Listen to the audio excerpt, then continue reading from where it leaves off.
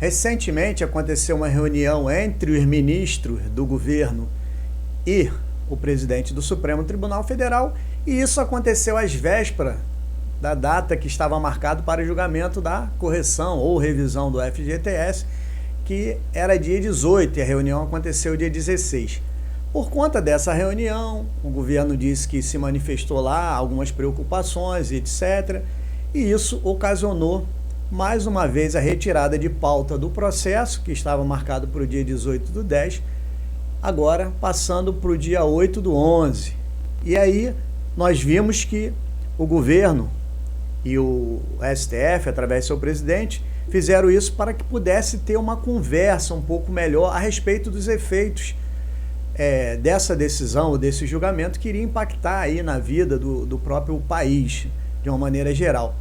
Mas nós vamos estar avaliando, né, a possível reunião, né, com relação a qual o interesse que o governo tinha com relação a isso, já que existe um início de julgamento com voto já pronunciado com relação ao relator que hoje é presidente do Supremo, e efetivamente o que a gente pode esperar daqui para frente. Mas antes de continuar, gostaria que vocês dessem um like no vídeo. Se não é inscrito, se inscreva no nosso canal, assim vocês vão estar nos incentivando a produzir mais conteúdo. Ora, o fato é que nós sabemos que essa ação, a ADI 5090, ela já dura aí pelo menos aproximadamente uns 10 anos, já entrou em pauta, já saiu de pauta algumas vezes, e agora, no início desse ano, ela começou o julgamento com o voto do relator, que atualmente ele é presidente do Supremo Tribunal Federal. E ele decidiu simplesmente o seguinte, que caberia sim a troca do índice de correção, porque a TR não atingia a inflação pelo índice da poupança, então já foi ali um ganho razoável para os trabalhadores, mas nós sabemos também que o restante da decisão não foi tão favorável assim, porque ele colocou no seu voto em que isso passaria a valer a partir do trânsito em julgado da ação. Então, quando não tem mais recurso, isso pode demorar, e os efeitos ficariam somente para frente, e não aquela questão dos valores retroativos, que são aquilo que a maioria dos trabalhadores ou pessoas que tinham FGTS na época entendiam que era a diferença, e essa diferença que ia, consequentemente, valorizar esse tipo de ação para a compensação do que eles perderam durante as correções, né? Porque esse índice ele não corrigia e passou muito tempo a ficar zerado.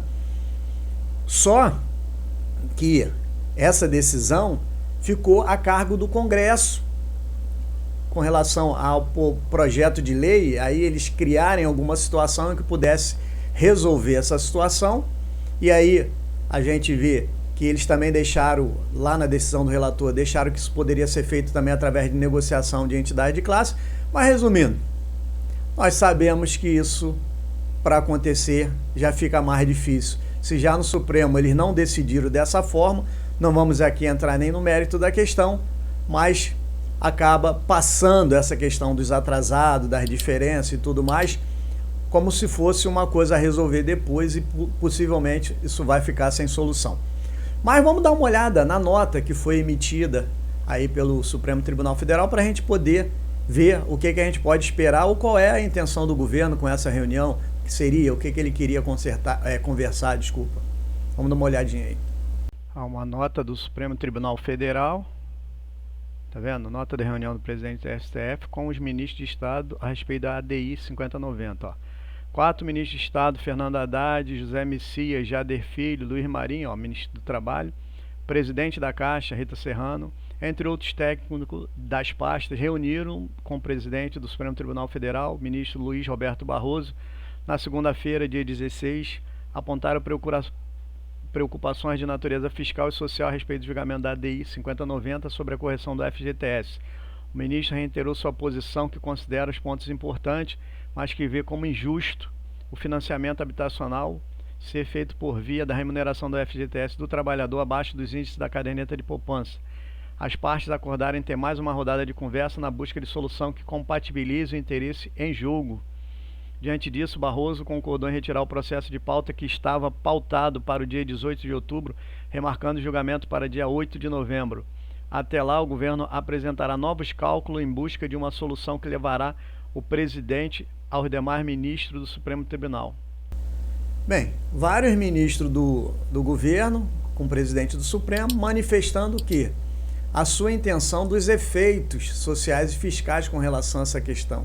E aí nós entendemos que anteriormente já estava estipulado aí aproximadamente mais de 600 bilhões se fosse julgar isso com os atrasados, né? Então ia dar essa diferença aí de 600 a 600 e poucos bilhões de reais para serem pagos. Por enquanto o julgamento não está terminado, ainda falta vários ministros, só tem 2 votos, faltam vários ministros manifestar os votos. Pode mudar essa situação, pode ser alterada? Pode inclusive voltar a ter essas diferenças? Pode, mas no momento atual em que se encontra o julgamento ele é desfavorável para aquelas pessoas que estavam buscando não só a mudança do índice, como também a correção desde o período lá de trás de 1999. Então, nós vemos que no momento o julgamento ele desenha aí uma derrota para os trabalhadores.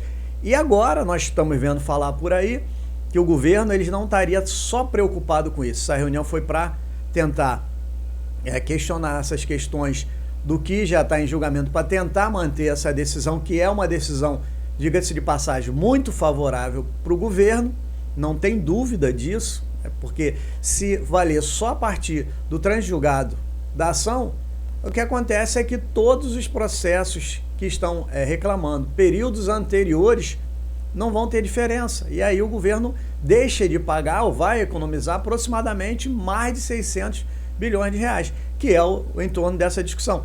Mas surge uma novidade nessa questão das discussões, principalmente porque o governo diz que se efetivamente passar a valer essa decisão com a correção do índice da poupança a partir do trânsito julgado da ação, eles estimam, porque não tem como avaliar um cálculo exato, mas há uma estimativa de que efetivamente pode se gerar aproximadamente um valor de 6 bilhões de reais a menos para o governo poder investir lá na casa própria, na construção civil, naquelas situações em que o FGTS ele serve de financiamento.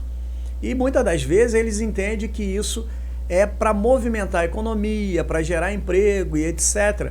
Mas o fato é que, como você mesmo viu aí nessa nota, o próprio presidente ele entende que não é correto, o presidente do Supremo Tribunal Federal entende que não é correto utilizar o FGTS com índice que não corrige a inflação para poder financiar o sistema habitacional e tudo mais. E aí fica a pergunta, todas as empresas de iniciativa privada que trabalham com operações, com dinheiro, com banco, elas sempre tendem a pagar pelo menos acima da inflação. E o que se busca nesse processo é corrigir pelo menos pela inflação. E o índice que dá, o índice que foi concedido pelo menos que está ainda em julgamento, o índice da poupança, muitas das vezes tem anos que ele não cobre a inflação. Ele é melhor do que a TR? É melhor do que a TR. Mas em muitos casos ele não chega a corrigir a inflação. E o governo se posicionou do lado na questão de não querer aceitar a decretação de constitucionalidade, mesmo sabendo que em outros julgamentos a questão das diferenças são indiscutíveis. É uma surpresa para a gente ver um julgamento dessa magnitude, onde há o reconhecimento de que efetivamente não é correto manter o dinheiro do trabalhador preso muito tempo, pagando índices que não corrigem a inflação, desvalorizando, fazendo com que ele perca o poder aquisitivo, para manutenção de situações que o governo pode ter soluções alternativas para resolver. Que ele use o FGTS não seria o problema, mas que ele corrija pelo menos o dinheiro do trabalhador, para que o trabalhador... Você imagina um trabalhador que trabalha ao longo dos anos e quando vai se aposentar, ele não vai ter como, porque o dinheiro foi desvalorizado, ele perdeu o poder aquisitivo. Então não tem como a gente entender esse julgamento está caminhando do jeito que está caminhando e o governo ainda tentar articular para que a decisão seja totalmente favorável, ou seja, não dê nenhum ganho de causa, nem dos atrasados e nem daqui para frente, porque é isso que está implícito aí. Agora, cada um no seu cada um. Eu acho que o governo ele tem que fazer o papel dele, mas o negócio está indo longe demais. Um grande abraço e até o próximo vídeo.